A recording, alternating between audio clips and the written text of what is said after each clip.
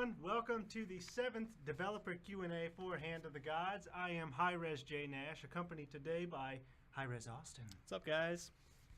We have plenty of questions that we have gathered from across the interwebs. And we're going to dive into that content. I know there's some excitement around the office these days with HRX being right around the corner. So we're also in the spirit today with our graphics. It's fine. This one is kind of all up in my personal space, but we'll let that slide for today. Yeah, Austin and I are pretty close today too. Yeah. Hey. Well, let's make it weird. All right. So let's go ahead and get started. We're going to start with Facebook questions. There were quite a few. Will there be new pantheons? And in particular, we've seen that Japanese comes up a lot. Yeah, so we've definitely got this question a couple of times now. And kind of the answer is right now, we're not focused on new pantheon, but, the next pantheon we would do would be the Japanese pantheon. Yeah, I think I've been here for 2 months now. I've done 3 developer Q&As, and I believe we've seen that question all 3 times. Yeah. I mean, it certainly is interesting, certainly is exciting. But yeah. That's one of those kind of exciting things, like new pantheons, a fresh kind of thing. So yeah, I definitely see why that comes up a lot. Yeah. Yep. In the same vein of questions, we have: are there any plans for adding a pantheon that is not currently in Smite?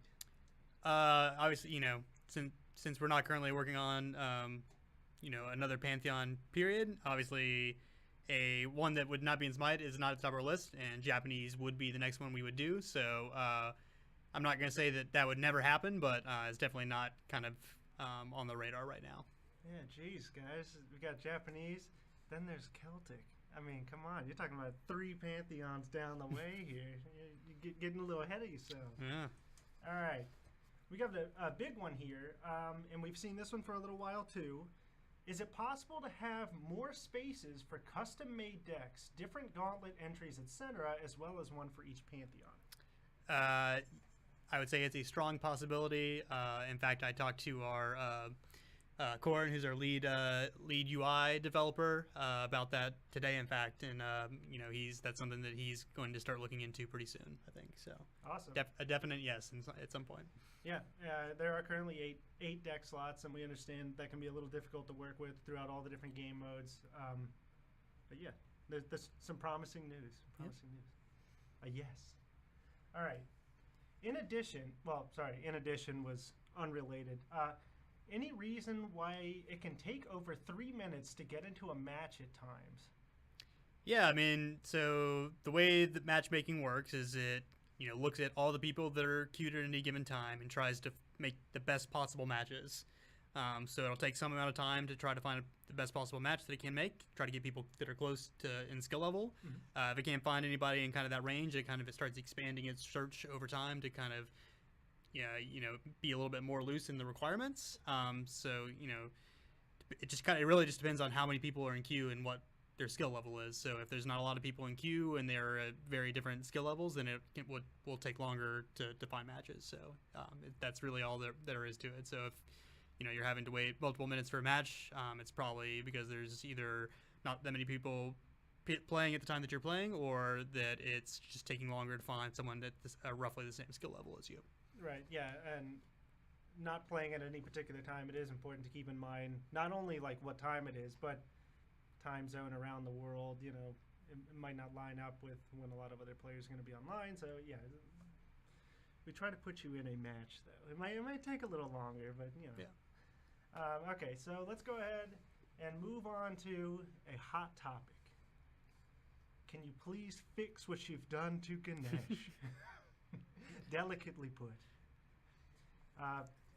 Only being able to have one pillar of life at a time takes away from playing as Ganesh. Could you look into maybe adding a higher turn limit? So we're definitely going to continue looking at leader abilities, not just Ganesh, but like all leader abilities, just to see if there's adjustments that can be made. And I will say that based on early data that we've collected since the patch, the change has definitely not hurt Ganesh. He's still performing very well comparatively to other Pantheons. So obviously, it's still early and that can change, but we're going to continue to collect data and make adjustments accordingly. Yeah, data is good. Data tells us a lot. It does. So yeah, stay posted for that. Subject to change. We like everything. Everything is subject to change, right? So we'll see how this goes. Yeah. Let's move to another one that we have gotten previously, and we've answered previously, but when will you have a system in place where PC, PS4, and Xbox have cross-compatibility? Yep. So, as we've kind of mentioned before, cross-platform play is probably not something that, will happen soon, if ever. That's one of those things that's really difficult to get done. So, I wouldn't be sitting there waiting for that to get in, because it's, at this point, it's probably just not likely to something that we'll actually be able to do. Okay. Sorry. I play on PS4 and PC. Sometimes you're getting stomped in PC. It's nice to be able to step away and play against a different player base. Maybe slow down the stomping a little bit. Okay, so our next question is a bit more specific about a particular card as opposed to some of these sort of wider general questions. If you have no cards in your deck, will Shrine of the Dead still work? Yes. So if you have a Shrine of the Dead in play and you have no cards in your deck, it will just be pulling cards from your graveyard. So Shrine of the Dead is very good. Yeah. It can help you avoid that fatigue. Yeah. So you won't actually be taking fatigue damage because you're actually still technically drawing a card. So as long as you have that in play, then yeah, you kind of have a strategic advantage in terms of that stage of the game. Yeah. I need to get on Mayan. I've said it before. I haven't given Mayan a chance, and you should. And I know I'm doing them an injustice because they're a fun deck to play. I see them played on stream all the time. Earl Meister loves playing them. Gotta love them zombies. Yeah. I need to give it a chance. So if I stream this weekend, I'm gonna make a Mayan deck. That's what we're gonna play. All right. So this was a question we received on again from Facebook, dealing with a specific card, kind of like Shrine of the Dead. Are you ever going to make a way to deal with the Kraken? 4 mana for an uncounterable ability is a bit ridiculous. I mean, I don't think that Kraken is really that problematic of a card. It does cost you 4 mana to be able to swap out your leader ability, and then additional 3 mana anytime you want to use it. You can only use it once per turn. So I would say that it's actually in a pretty good spot. It's not too overbearing. The point of the game where you can actually get it down and start using it is not so early that it's unbearable. So obviously we're like with everything in the game, we're closely watching how things perform. But right now, I don't think that the Kraken is really a very problematic card. Okay. I suppose, yeah, when you hear complaints about Kraken, it's not so much about Poseidon himself, right? It's specifically that change to a leader ability. Yeah, well, I mean, you're playing Poseidon to get access to the right. Kraken, so. Yeah. All right. Changing it up. We've hit this a little bit before. Why are the queues for Gauntlet matches so long on Xbox?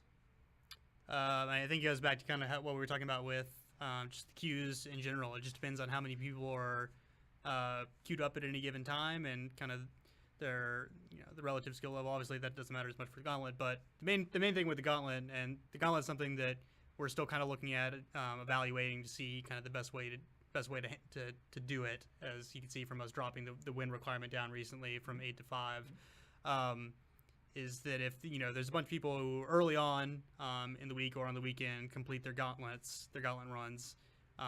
If you're queuing up later during those time intervals when there's less people because everybody's already completed it, then it's going to be harder for you to find a match. So that's something that we're kind of looking at ways that we can maybe address in the future. But those are kind of the key points of why it may be taking a longer time to find a gauntlet match. Always looking to improve. Mm-hmm. We're keeping an eye on the state of things and making changes as necessary. Yep. So. We're going to move on to Twitter questions now. We've hit all of our Facebook questions. This first one comes from a Comcast employee. Are there any plans for making Okay. Got my words mixed up here. Okay. Are there any plans for making fatigue damage a bit more visible to the player, like a blank card or something to let players know when it occurs? Yes, definitely. That's another one of those things that's on the list for our UI team, and I think kind of in the same vein as additional deck slots. That's something that I believe that they were going to start looking at soon. I don't know exactly what the the presentation will be precisely yet, but it is definitely something that is on our list to get in. Yeah, from a community standpoint, I can say we understand a lot of new players don't understand that mechanic is there, so we get a lot of questions related to it. So I think that'll be helpful. That's definitely something that we want to make more clear for sure. Will you implement a test server for big players to test patches before it is released and to bring feedback? This is from Tay2. Right now, we don't have any plans for doing a test server. That's one of those things that we would potentially do further down the line once things are in a kind of a different development state. But right now, that's not something that we'll probably be doing. Tay2 had a lot of questions today, by the way, so I'm going to be lining them up. All right, let's get them.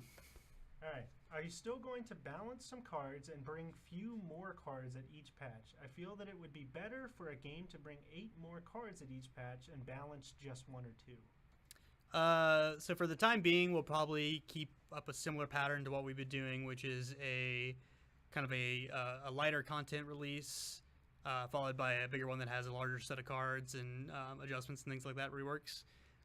So for the time being, we're going to stick on that, but like with anything, you've probably noticed a common trend is kind of a lot of answers to a lot of these questions is things may potentially change. Yep. Just because we're doing something one way right now doesn't mean that we're always going to do it that way. There's a lot of factors go into it in terms of like where we are in terms of development, things like that.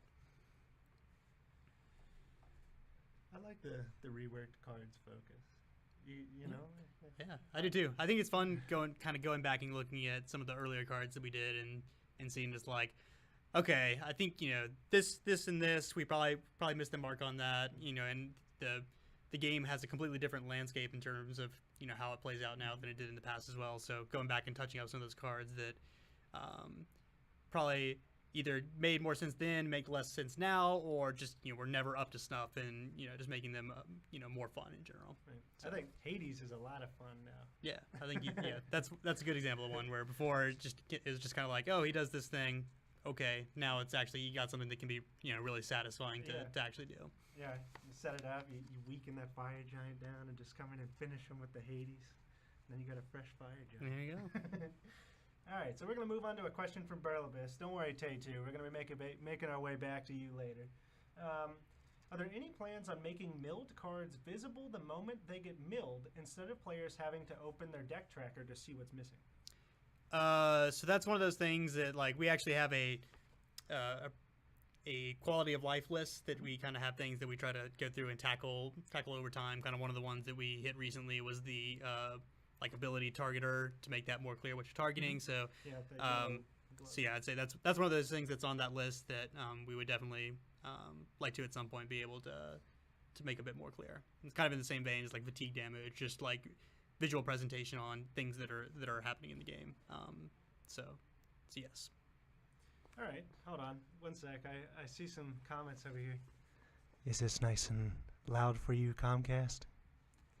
We're both using the same mic, so it's weird if I'm like, hey, Austin, did you get the question? Yeah, so sorry if there's some weird oddities in terms of audio. We're using a bit of different setup than we usually do today. So apologize for kind of any weirdness with the audio today. Yeah. But we'll try. Let's just kind of like lean in and out. That's okay, in and out. That works for me. All right. Great. All right, this one comes from Schlurgs, who, by the way, has been hosting Xbox tournaments. If you're an Xbox player, follow Schlurgs. That's SCHLERG. He might be in chat right now. He does a lot of community tournaments. Anyway, he had a question today. Do you plan on introducing new leaders at some point, i.e. Pantheons would have multiple leaders to choose from? Yeah, so for those of you who are actually here kind of way back in the day, we actually used to have multiple leaders per Pantheon, and we moved away from that. And that's probably something that we won't actually go back to. I think we actually like having single leader per pantheon, kind of having that identity that's specific to each pantheon. So I'd say that's unlikely. We'll probably continue sticking with one leader per pantheon. Okay. Yeah, like when you think of Greek, I mean, you gotta go Zeus as the leader, right? Not much room to move around there. Yeah. All right. So it's time. We're making our way back to Tay 2 now. Tay 2, round 2. Yeah. Could we have more information about the new rank system that you talked about in a previous patch? Unfortunately, don't have any new information on ranked right now, but as soon as I have anything to give to you guys, I'll make sure that we let you guys know. Okay.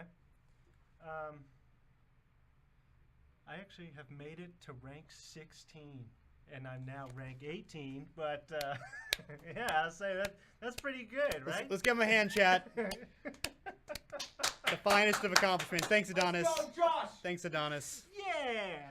All right. Well, let's move on to Ace Matrix Zero. He is he's actually a Mixer streamer as well. He plays on Xbox. Will we ever see a mobile version? So right now our focus is on PC and console. But like we've said in the past, that expanding to other platforms in the future is definitely not out of the question. But our focus right now is definitely just on PC and console. Okay. Stretch it out. Yeah, stretch it out. There's a lot of questions today, actually. Yeah, it's a pretty good haul. All right. Sudoku's asks, how are you going to stop the shift the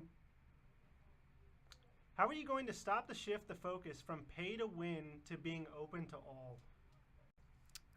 So that's another question that we've gotten a couple times. Yeah. So like kind of like we mentioned before, is we're constantly looking and evaluating like the monetization model of the game. We feel like it's actually in a pretty good spot right now, but we're always looking for ways to potentially make adjustments to give free players a better experience overall. In fact, the most recent patch, we just released a whole bunch of new free cards that are actually even higher rarities than the regular free cards that give you access to more things right off the bat. So that's definitely something that's always in our mind, of ways that we can kind of make adjustments and kind of make that free experience even better. Right. And Tay2, I see you in chat right now. I know you had responded to that, but we wanted to address that one as well from the developer standpoint. But yeah, we do try to make the game as accessible as possible. And as Austin just said, with 36, those improved starter decks, we're giving out cards like Fenrir and stuff like that make those starter decks more fun to play anyway. So it's all about improving the player experience.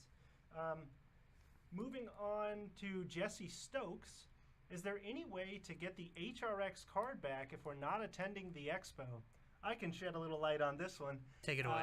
From a community standpoint, we're starting to set up what's going on during HRX for Twitch drops. So keep an eye out on Twitch drops. That's the place you are right now. Yeah, how convenient. Just make sure you link your accounts.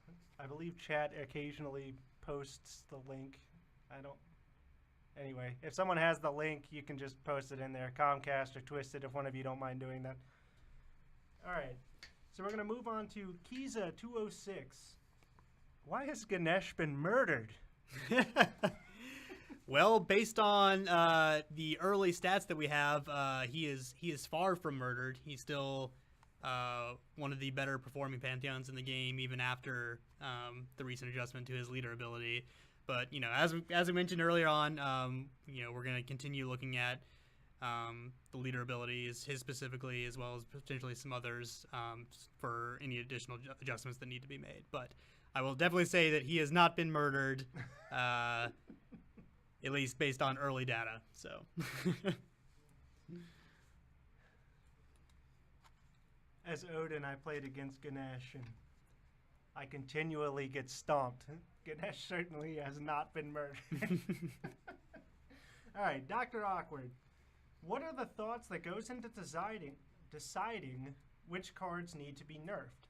Like in the case of OTK Odin, Shard shouldn't have been the one that got nerfed, but instead I feel that Hasten Fatalis was the problem.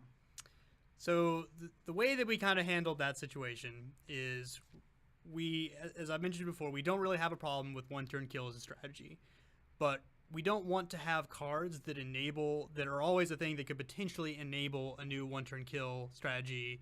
It's not something that we desire. So if we want something to be, for one-turn kill, it'll be part of a specific card that's a specific strategy that you're looking at. The problem with Charge is it gave you access to being able to do a one-turn kill that you couldn't have any way to respond to whatsoever, because it happens immediately. You play Charge and you're attacking immediately, whereas something like Hasten Fatalis, you have a chance to deal with the cards that you're going to play Hasten Fatalis on. You have an entire turn to deal with that card in some ways, to set up a defense or just remove it entirely. So that's the main reason for that, is like cards like that could potentially enable other cards that's not really their intent to work in that sort of strategy to be able to do those sort of things. And some people have mentioned that Runestone of Ire sort of is a similar way to do the same strategy, but Charge was a 1-mana card, right? And Runestone of Ire is a 4-mana card, so it does make the combo a bit more difficult to just pull out and do. Well, it's 2 mana, but yeah, still Charge still is 2 easier, mana. yeah. My mistake. But yeah, so it makes that combination a bit more difficult to just like throw out in one turn. Your opponent can't react at all. So there are still ways to do it's it. basically like dealing with a card that would potentially be problematic with additional cards released down the line versus a card that isn't really problematic outside a very specific strategy that requires setup and can already be dealt with. Yeah. Agreed. All right, so that's going to finish off our Twitter questions. We're going to move on to Discord now. With the 5-win change to Gauntlet, did you see a lot more players take part in them? And are you looking at further changes? That's from Caldas. So yeah, we definitely did see an increase in the number of people playing Gauntlets when we reduced from 8 to 5 wins as the requirement. We're still not really that happy with where the Gauntlet queue is, so we may potentially make additional adjustments, and we're still kind of looking at the Gauntlet system as a whole to see kind of what we want to do with it in the future. Okay. But the reducing to 5 definitely did help. Yeah. I've given it a few shots, but I can say I still don't have any cutesy avatars. So I'm noticing a trend. High skill Nash. So skillful. All right. Do we know yet how one can acquire either the paper or HRX 2018 card back? And that comes from Twisted.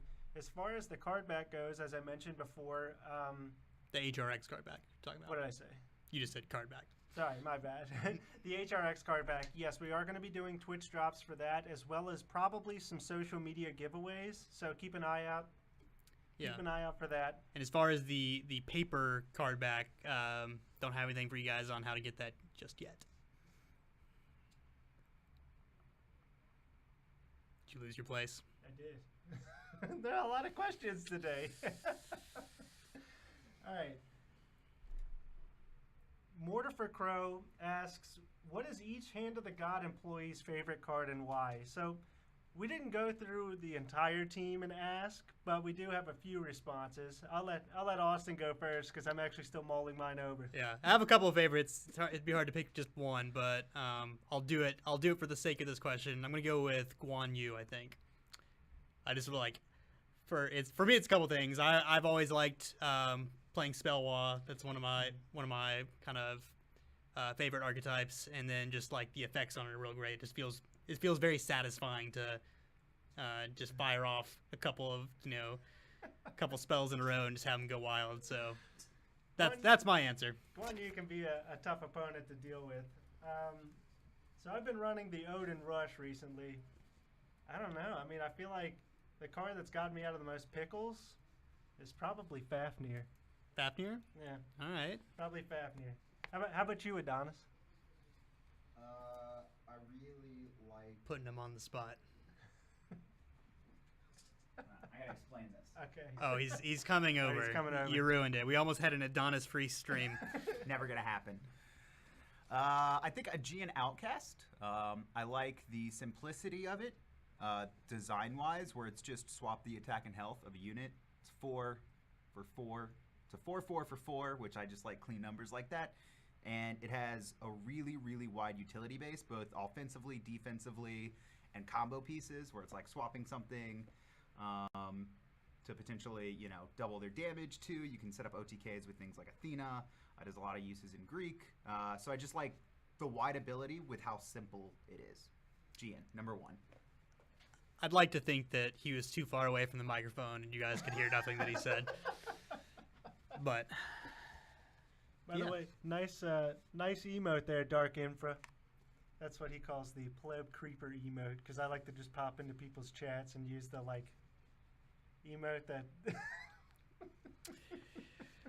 for shame. All right, back on track. Sorry. You lost your place again, or you just not able to keep it Caught up in together? the creeper mindset, I know that sounds weird. All right. Okay. Get it together. Okay. Twisted has some questions about which patch HRX is going to be played on, and well, I'll just use some of his words. It was a bit lengthy, Twisted. Are players on the live client going to be on a different patch from those at the tournament? So I think I kind of from my glimpse, I got the gist of this question. I think. So HRX will be played on 0.36, but we may or may not, depending on how things timing wise work out, release the next patch to 0.37 before or during HRX. So the live client could potentially be on a different patch, which would include new cards and balance or what have you, just new stuff before or during HRX. But it may also be after. We're not quite sure on the timing of that patch yet. Things get a little trickier around this time of year with the holidays and then HRX and all that sort of stuff. So we'll have to see, but it's definitely a possibility that the live client will be on the next patch while HRX will be playing on 0.36. I think that was the answer to that question. It was lengthy. All right. Are you ready? I'm ready.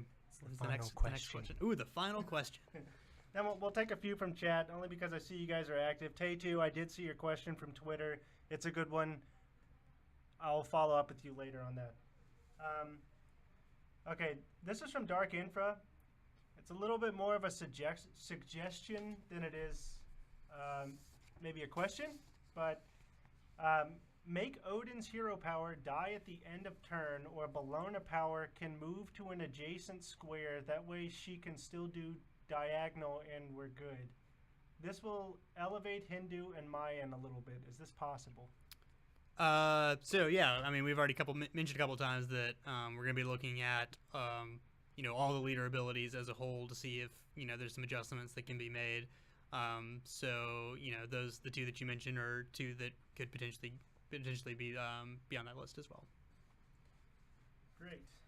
Well, that wraps up the questions we had prior to starting the Dev Q&A. We have your chat open right now. If you have a few questions, you can feel free to answer them. We might not be able to answer all of them, but we can answer a few. Austin's right here with me, so he can decide which ones he wants to answer. Feel free. All right. Let's see if do we have any questions already? We've got one from PUCMN. Where are you seeing that? Why don't you just read them off? I'm not seeing. All right. Oh, I see it. Okay. Our ranked reset's going to be every month or two. So we will probably the way it's probably going to work is we'll have one more kind of end of this year, beginning of next year, depending on timing. Again, this time of year is a bit tricky in terms of how things work out. And then we'll probably stay on a 2-month reset cycle going forward. So that'll probably be the plan. And if that changes for any reason, I'll definitely let you guys know. Tay2 is asking about progressive rewards through the gauntlet for like 1 win, 2 wins, 3 wins. I don't know if that's something maybe Yeah, I mean nothing's necessarily off the table in terms of Gauntlets. Again, we're kind of looking at it holistically to seeing kind of what changes we might make. So there's a lot of things that we're potentially considering. Yeah. So there's your answer, Tay. We got one from Hand of the Gods. Why is Adonis the best Ho-Res employee? Well, I don't even think that one needs an answer. I think it answers itself. It was my phone. Excuses. He's already making excuses. You can't hear him, but he's making excuses. All right, so there's one by Twisted. It is a lot easier for us to see them if you do tag us, which we notice a few people are doing. Wait, what? So if they tag us there, it's in that black text. It makes it a bit easier. Oh, I see. Yeah. So do you feel that Ganesha leader ability can be hard to balance because it is so close to Ra's? I wouldn't say that that's necessarily the problem. At least I don't feel it is. I don't think that having two leader abilities that have a heal is necessarily problematic. One of not the only reason, but one of the reasons that we changed Ganesh leader ability to begin with is because we really don't like the pillar spam. It's just not a very enjoyable experience, especially if someone tries to stall out the game, and there's a lot of trolling that can go on there. It's not a really fun kind of way to play the game. So if anything, if we moved away from the pillar thing, that's not to say that we wouldn't keep some sort of heal mechanic. It's also not to say that we wouldn't move away from that entirely. So we're considering lots of different options right now. As well as potentially keeping it as it is. We're still kind of keeping an eye on it. So, but kind of to answer your question, I don't think that it healing and that being similar to Ra in any way is necessarily a problem in terms of balancing it. Dog God Froglog wants to know what buffs are coming to Hive. So Hive is on the list. So Hive is kind of tricky because it is attached as part of a unit, right? So they are generated by AMC, so you can't go too wild with it. Otherwise, it really makes the power level of AMC change drastically, especially since he's making two of them. So that is kind of one of those cards that we do want to look at, though. So you can kind of expect maybe some tweaks to it in a future patch.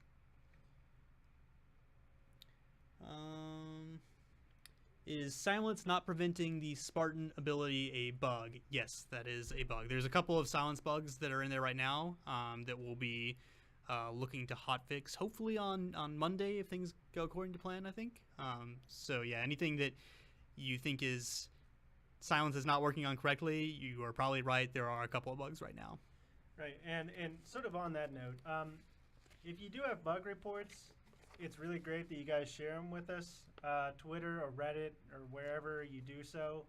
The best place, I would say, to post it is within the bug reports channel of the official Discord channel, because of the official Discord server, because we have QA members like Strixus who directly see it from there and can actually take it and start working with it immediately. Whereas if I see it, that's great and that's useful. I'm going to have to tell them, though, because they're going to be the ones working on it. All right, we're going to do one more question, and then we're going to go ahead and end this developer Q&A.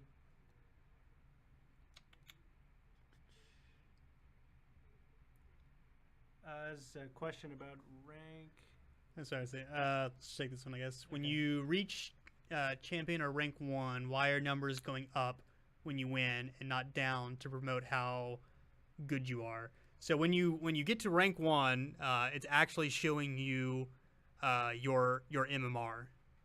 So the higher your MMR is, that's you want the highest MMR you can get. That's a representation of like where the game thinks you are in terms on a skill level. So it goes up because that's actually what your in-game MMR is. I'll go ahead and I'm going to field these last two, and then we're going to end it. Next time we see Gandhi, can we tell them that Derpy loves him? Yes, I'll do that after this. We will tell him. Melon Cutie, questions in Discord. You have to keep in mind we head over to the production about 20 minutes before Dev Q&A starts, so it's best to get your questions in early if you want the best chance to have them answered during the developer Q&A. Otherwise, it might be too close to the actual developer Q&A and we never get to see it. We'll try to go back and answer some of those that we may have missed. But thank you, everyone, for tuning in. I am Hi-Res J Nash. And I'm a Hi-Res Austin. And we appreciate your questions and look forward to bringing you some more great content. Yeah. Thanks, See you next everyone. time, guys.